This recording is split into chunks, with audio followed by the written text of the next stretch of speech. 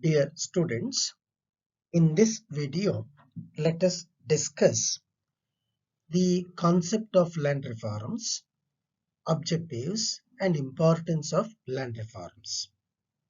As we all know, land reform constitutes the most important package of measures to improve the economic condition of farmers. It aims at the redistribution of land ownership in favor of the cultivating class so as to make them feel themselves as part of the rural life. Regulate and rationalization of rent, improving the size of farms and providing security of tenure in order to transfer traditional agriculture into modern commercial agriculture and raise cultivators to new heights.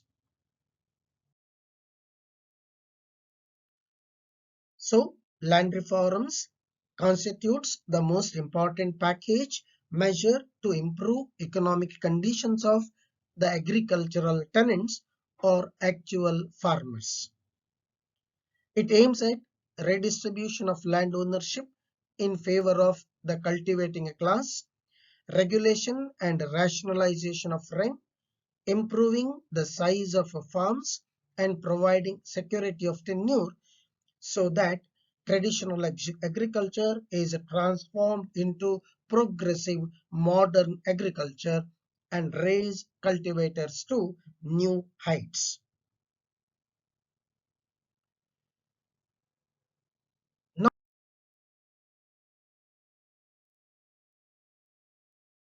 coming to the need for land reforms in India.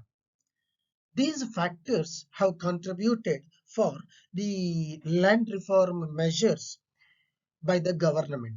The land tenure system, size of land holding, lack of initiatives, traditional approach and low productivity, absence of marketing system, and nature of farming prevailed in India induced government to take up land reform measures. The land tenure system held on the eve of independence was not at all conducive for agricultural development. There were three types of land tenure systems, namely Zamindari, Mahalwari, and Raitwari system, which prevailed in the Indian agricultural sector at the time of independence.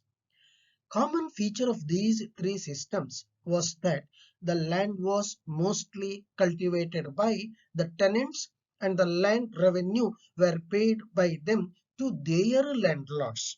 So landlords collected rent from the farmers and these landlords in turn paid revenue to the government.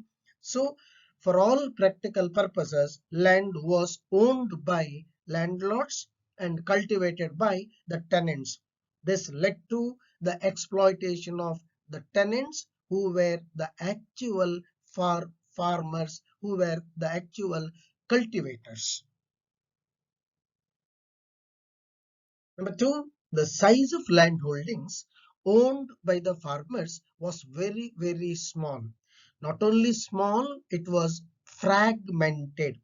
This obstructed the use of modern techniques in agriculture.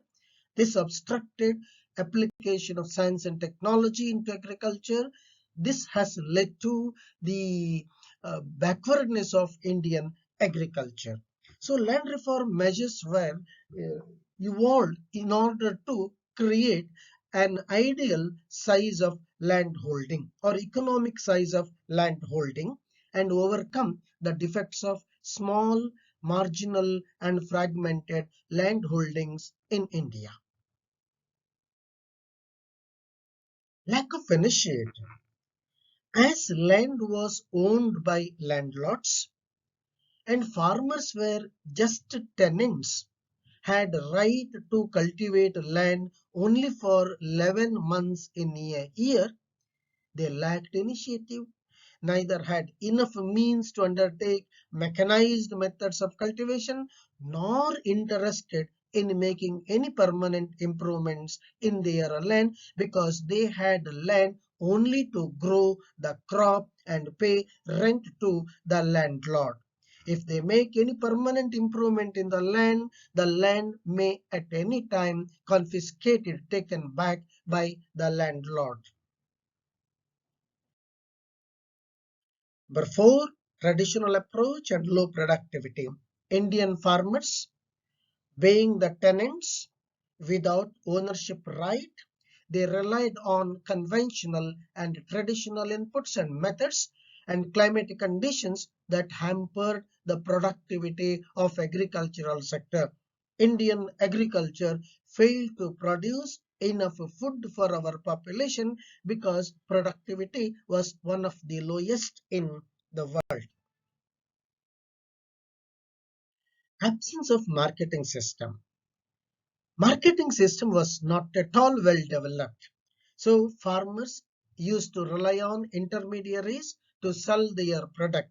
These intermediaries exploited the farmers in many ways.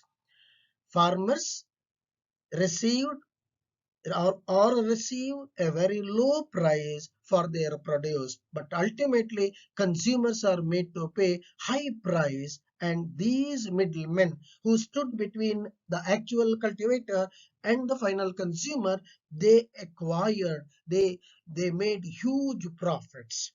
So consequently, to correct this situation, there was a need to improve agricultural marketing system which can induce farmers to grow more. Nature of farming. The basic motive for farming was more subsistence. In India, for centuries together, agriculture was carried on as a way of life, not as a commercial activity. It was subsistence farming.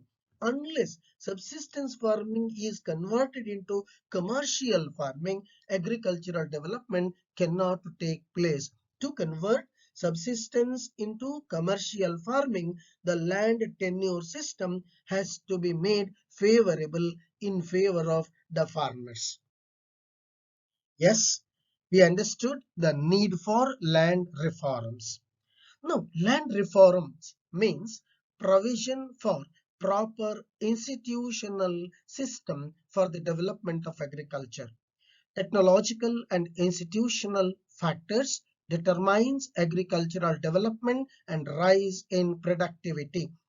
Institutional hindrances act as disincentives to the farmers to increase production, weaken their capacity to save and invest in agriculture, as also to enjoy the fruits of their labor.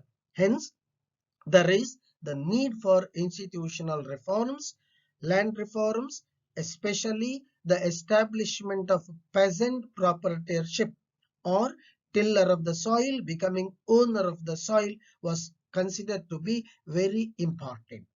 So ending the exploitation of the poor by the rich, narrowing economic inequality, and ultimately moving towards egalitarian setup are among the chief aims of the land reform measures.